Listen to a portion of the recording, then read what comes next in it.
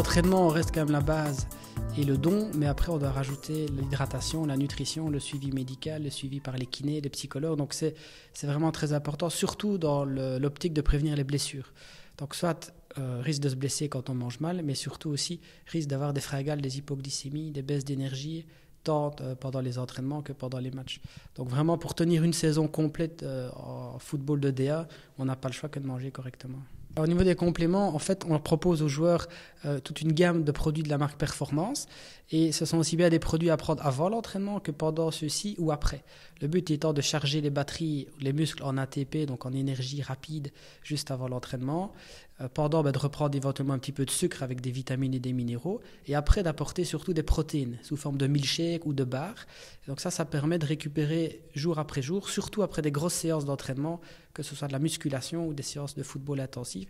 Et fatalement, lors des matchs, il y a aussi une stratégie avant, pendant, après. Avant le match, c'est surtout amener de l'énergie dans le muscle pour pouvoir démarrer en fanfare dès les premières minutes. Après, je dirais c'est le plus important, c'est récupérer déjà pour le lendemain et les jours qui suivent. Donc là, surtout des protéines de différentes valeurs biologiques, donc différentes qualités.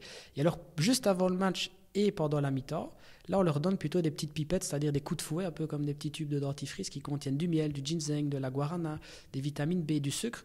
Et là, c'est vraiment un peu comme un Red Bull, mais beaucoup plus naturel, pour leur donner un coup de boost aussi bien mental que musculaire ou physique. Quand on est footballeur en DA et qu'on s'entraîne au quotidien, il faut s'aider. L'alimentation, c'est une chose, la supplémentation en est une autre.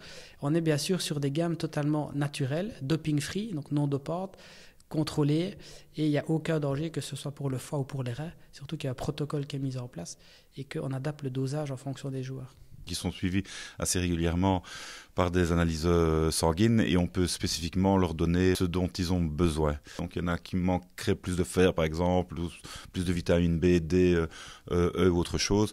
Donc on est amené à différencier les différents traitements avec tous les joueurs et ça tout au long de l'année.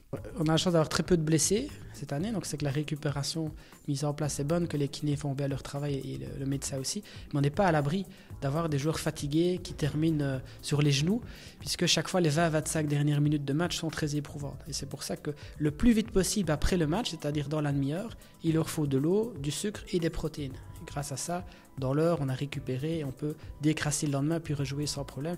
Mais c'est vrai que c'est maintenant que les semaines vont être déterminantes et que la récup est encore plus importante qu'en début de saison.